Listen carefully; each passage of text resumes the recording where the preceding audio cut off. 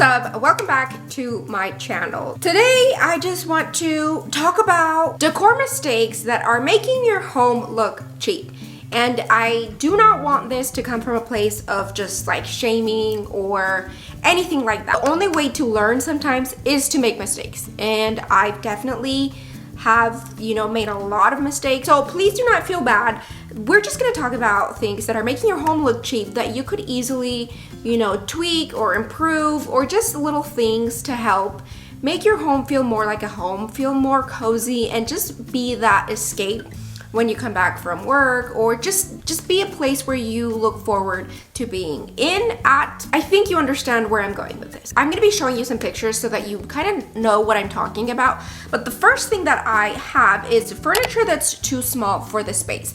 And that could be a coffee table, a rug, a chair, a couch, or any other furniture piece in a space that is too small for it. Sometimes they have a really big living room, then the coffee table is way too small for the space. It looks unbalanced. Something else that could potentially be making your space look cheap is a small rug.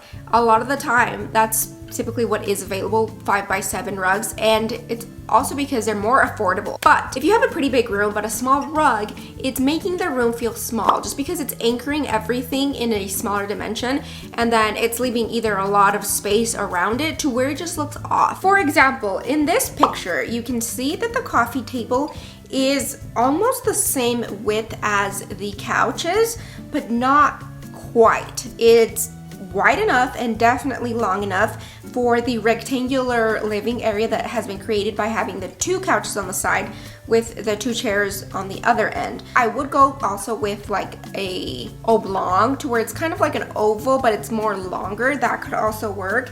And then in this image, you can see that it's a similar layout. The couch is on one side, and then on either end there's like little stools and the chairs.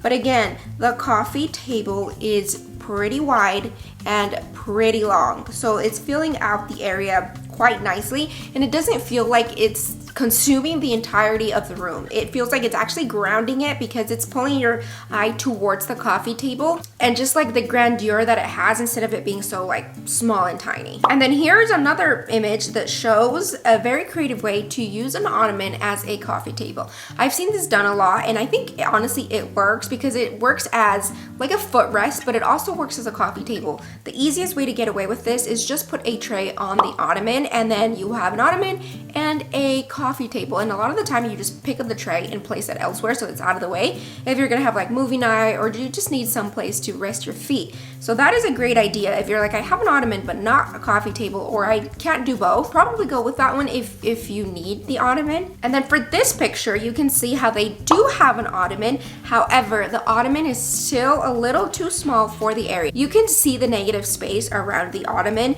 It looks empty. Even though you have the beautiful couch, the chairs, you can see that negative space around the ottoman in the center, it looks odd. It almost looks like, am I supposed to sit on this, put my coffee on it, walk around it, push it to the side? Like, it just looks like you don't know what that's for, and that's because it hasn't been fully grounded or just like implemented into the design.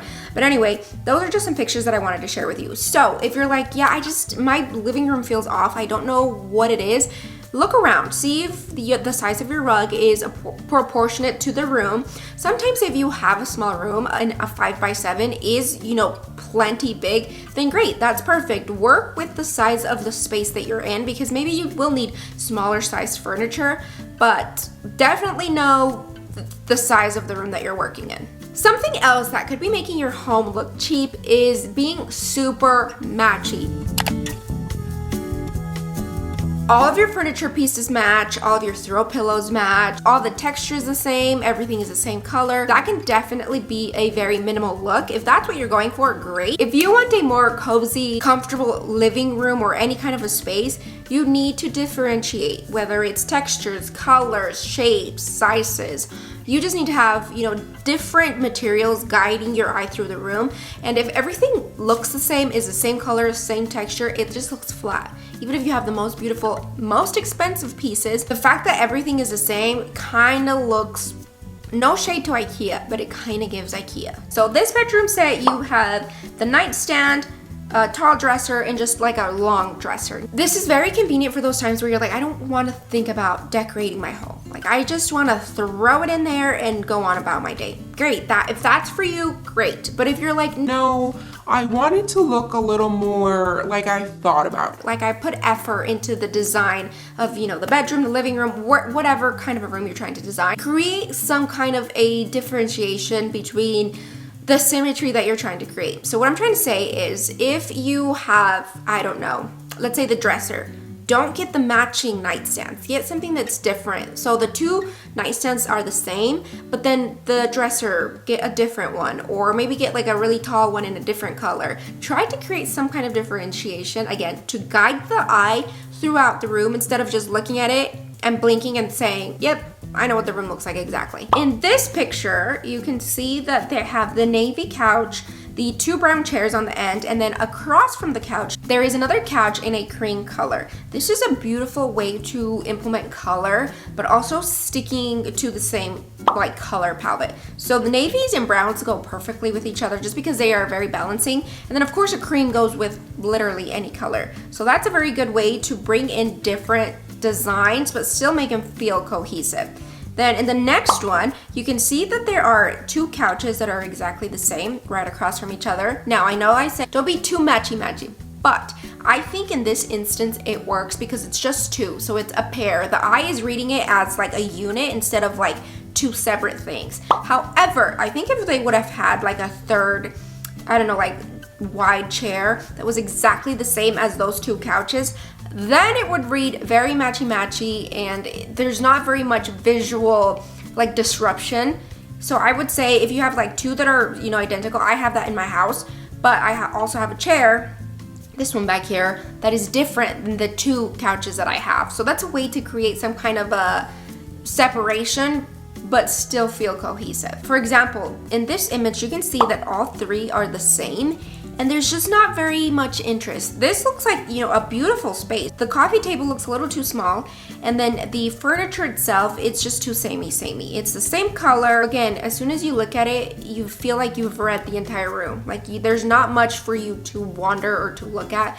It looks clean, it looks minimal. But again, if you're trying to go for a more elevated look, get different furniture pieces. I would love a pink couch, but the fact that they're all pink, it looks juvenile. It looks like you didn't try too hard, which is fine if that's what you're going for. But again, this video is for those of you who are like, I want to elevate my home. Here's another example. They have a brown couch, two gray chairs. You can never go wrong with neutral colors, mixing and matching neutral colors. I know that you're like, yeah, but that's brown, but it's also neutral. So if you're like, okay, all right, I'm ready to elevate my home, start differentiating between your furniture pieces. Either go to the thrift store, pick something up, take something in, you know, you bring one in, you take one out, or you gift it to someone, but definitely start getting pieces that are cohesive but also create distinction. Okay, number 3, and I've done all of these. Like, I'm not, you know, someone that's like, I've never done that, I know exactly what I'm doing. No, I know these things because I've decorated this way, okay?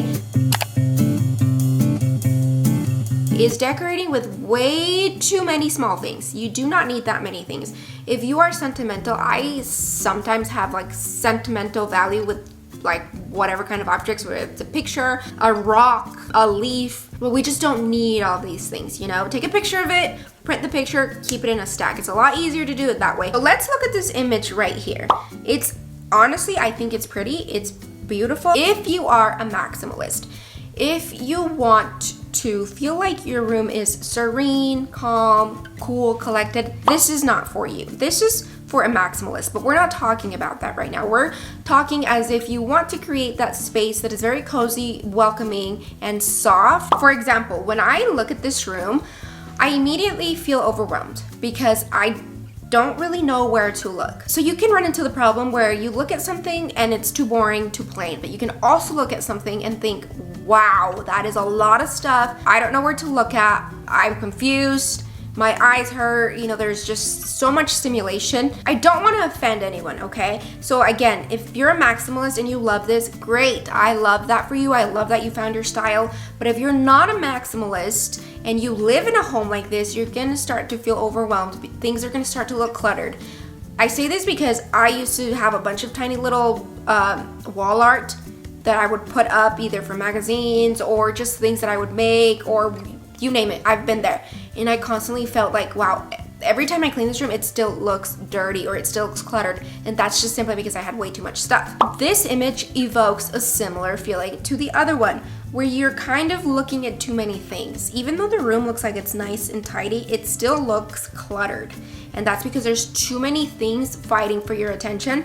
So that's why I would say try to get larger pieces and fill those out. So get more meaningful large pieces instead of a bunch of tiny little ones. Again, this picture, beautiful, looks very organized, very symmetrical, I would say, but it's slightly a little bit too cluttered because there is something on every wall and on every shelf. This picture, there is a large wall art, and then the roundness of the pendant light hanging down, matching the floor lamp in the back, is very cohesive. There's not a lot going on, but you immediately feel just like calm and cozy in this space. There's only one art on the wall. Shapes that they decided to use, the roundness from the light, the floor lamp, the ottoman itself is round. That's very cohesive because your eye is moving all over the room, but nothing is really fighting for your attention.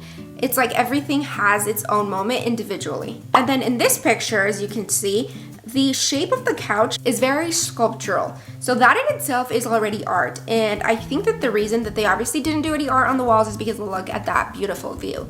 The view out to the exterior is the art. So if you are lucky enough to have, something like that, you don't even need art. Just look out your window. Here's another one that is very minimal, but again, it's the shape and the variation that they decided to do. So the two black canvases with just like the see-through holes on it, very pretty. You can see the wall, but also the art stands out. And it's nothing extreme. It doesn't feel out of proportion just because the arch next to it is balancing it out. Even though it doesn't look like it, I personally think it is. Again, if you want to elevate the look of your home, start decluttering some of the smaller pieces and start implementing just, you can even go to Ross, get a giant canvas. I've done this so many times. You can do so many things and they're really not that expensive. I got a giant canvas for $12.99. It's in the workout space that we have downstairs and it's beautiful. So it can be done on a budget. Okay, so this one kind of ties in with the last step that I just told you. Have art that is either too high or too low or too small in a space, it could make it look a little cheap. Sorry to say that, and I'm saying this again because I've done it, okay? I can say it because I've done it and I've been there. Let's start with this picture. You can see that the art itself, I think it's very interesting. It's beautiful, it's cohesive yet varied, but it's too high on the wall. And there's just too much negative space around it. You can't tell me that immediately that when you see it, you know that something's off. Or like it's missing a little book edge or like a little bookshelf area right underneath it. It just looks like it's still missing something. So not bad, but I would say it's just missing things. And then in this one, I love the navy walls, the warmth of the wood, but the art, even though it looks intentional, it still looks like it's a little bit small. What I would do is just pop two little sconces on each side of the art. Looks more put together, if that makes any sense. And then again, with this one, the same thing. The two bookshelves on the side with the dresser underneath, lovely, it's pretty, it's very cozy and classic, but you can't tell me that that negative space around it just looks like it's still missing something. So the way to combat that, the easiest thing is just get bigger art or get more art that is the same size and create some kind of a mural, but don't go too crazy to where you're back at that cluttered stage. So for example, this one right here with the gray couch, the floor lamp, and then looks like it's either the ocean or the mountains, it's very proportionate to the size of that wall. And as you can see, the print isn't that much higher than the couch itself. Whenever you hang art, you want it to be at eye level because you don't want to be looking up or looking down. There are exceptions, I will say. There are exceptions with everything though. However, rule of thumb is just hang it at eye level. You can see in this picture that they went for a layered effect. So the print, for the most part, most of them look like, if I had to guess, like a 12 by 16. And they are staggered and layered. And then you can see that the way that they kind of implemented the sconce, they wanted that to be part of the art. It's not just like a little sconce on the corner. It looks like it goes with everything. Like it itself is a moment. And then in this next picture, that's a giant wall. Therefore, you're gonna need some kind of a gallery or a very large piece. And I think that's what they opted to do. And then they added the wall sconces on either end, and that's it. You don't need to do much more than that, and that already looks more elevated than having just like one tiny little wall art on the wall. So if you're thinking about decorating your walls, or if you have an empty wall that you're like, I just don't know what to do with it, I have one of those walls, okay? I've put sconces, I've put art, I've put slats, like I've done a lot to it, and I finally just figured out, just do a mirror, a wall art, and some sconces, and that is it. We left it at that. It looks beautiful. And maybe you already have a large piece hung up, but you're like, it's taking up the entire wall and I still feel like it looks empty. Add paint, or just buy $20 sconces from Amazon or Walmart and put one on each end, and immediately it just, I'm telling you, it makes it look more elevated. And of course, I had to save the best for last. I am obsessed with all things lighting. I absolutely detest just like overhead lighting, unless people are over and you're cooking and you're doing things like an activity or puzzle, whatever. There is a time and a place for overhead lighting, okay? But that is very specific. If we're just walking around the house, like there's no need for the overhead lighting to be on. We have lamp upon lamps, upon sconces, upon lamps, upon sconces. I love a cozy feeling. Anytime that anyone comes over to the house, I want them to feel relaxed, calm, like they can just throw their feet up on anything, lay back, watch TV, be on their phones, you know, go to the pantry, get a snack. I want it to be very relaxing and welcoming whenever people come over to our house, which really is just our family members. But nonetheless, they still deserve the best, right? Let me show you an example of what I'm talking about. So in this picture, look at the before and the after. In the before, you just have the overhead lighting. That is not enough lighting to illuminate an entire room or to create some kind of an ambient space. Like, it's just not. Personally, in my opinion, but 99% of decor enthusiasts would say the same. Adding recessed lighting is not an easy thing to do. We get away with it by adding lamps all over the house. So in this picture, the kitchen looks beautiful, right? But those like garage style panel lighting things strip, those are not the vibe. And I know that because we have this kind of lighting in our house, okay?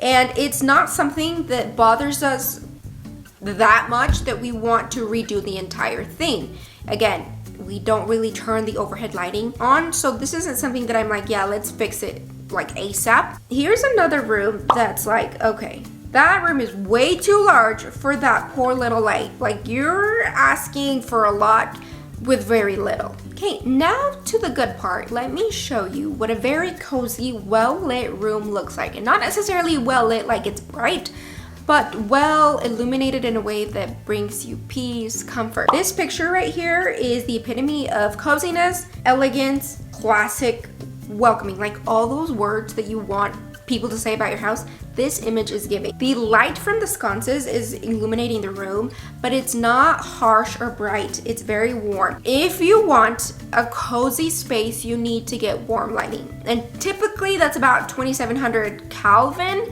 And 3000 K is really where I draw the limit. Like, I don't get anything past 3000 K unless it's going in the garage, because it looks very fluorescent, very bright, very illuminating. Like, it's gonna show every single crevice of every single corridor. I am not wanting that in my living room, okay? I wanna watch a movie with ambient lighting, and typically that's gonna be the warm light. So in this next image, you can see that there is a lamp right next to the couch. However, I think that there is also a light behind the tree or the plant in the corner. I've done this with our bedroom too. Sometimes, you know, I don't want the lamps on. I just want like one small light that I can still see when I get up and go to the bathroom, or I'm watching TV, but I want the space to be a little bit more lit. I added a light behind it, kind of honestly exactly like that, and it looks like that. It gives a very like dreamy environment. So I love that picture. That's why I thought, let me just show you guys you know, these beautiful examples of what things could be. Okay, and then lastly, this picture, you can see that there is a lot of overhead lighting, but it's beautiful. So you could turn it on, and you could also get away with having a dimmer so that they're not just like fully bright, they're a little bit more dimmed down. And then in the corner, there is a floor lamp, and then next to it is another lamp on the little credenza or the sideboard table. So even though you have a floor lamp in that corner, it's nice to also add additional lighting because it just creates, again, a movement that your eye is trying to follow throughout the room. I do that a lot. Like I have 3 plus lamps per room. This room that I'm in right now, I have 4. I don't necessarily turn them all on at the same time,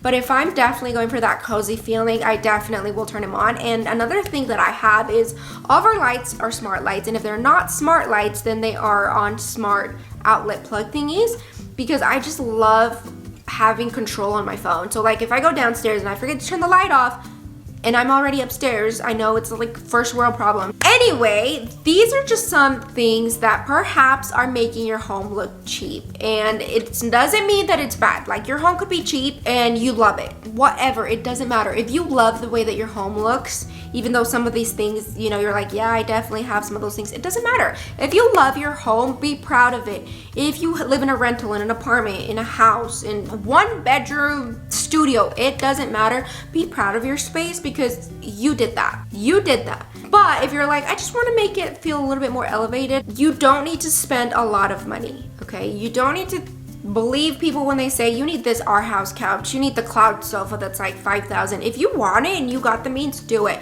But do not feel bad if you are on a budget and you can only afford Walmart stuff. That's me, okay? I'm getting my stuff from Ross, from TJ Maxx, from Walmart. I mean, hardly do I ever get anything like that's super, super expensive because I work within, you know, the size of my home, within my own budget. So please do not feel bad. And this is no way trying to shame you, okay? If you're like, damn, I hit all 5 of those things in my home, who cares? If you're like, I don't want to change anything, who cares? Leave it. Love it. It's your place. Like I said, be proud of it. But this is just a fun video. It's YouTube. This is what we do on here. We talk, we chat, we hang out, we say stuff. Some of it maybe doesn't make sense a lot of the time. I'm so glad that you chose to hang out with me today. I hope to see you in the next one. And if this was the first time that you've ever watched any of my videos, my channel is all over the place, okay? I don't have a specific niche because that is who I am. I could go on about this, but anyway, this channel really started as like a DIY and room makeover videos. So it's nice to start talking about the things that I absolutely love doing. I went off on a tangent. I'm so sorry. Thank you so much for watching this video. I will see you in the next one. Have a marvelous, beautiful, lovely day. Bye!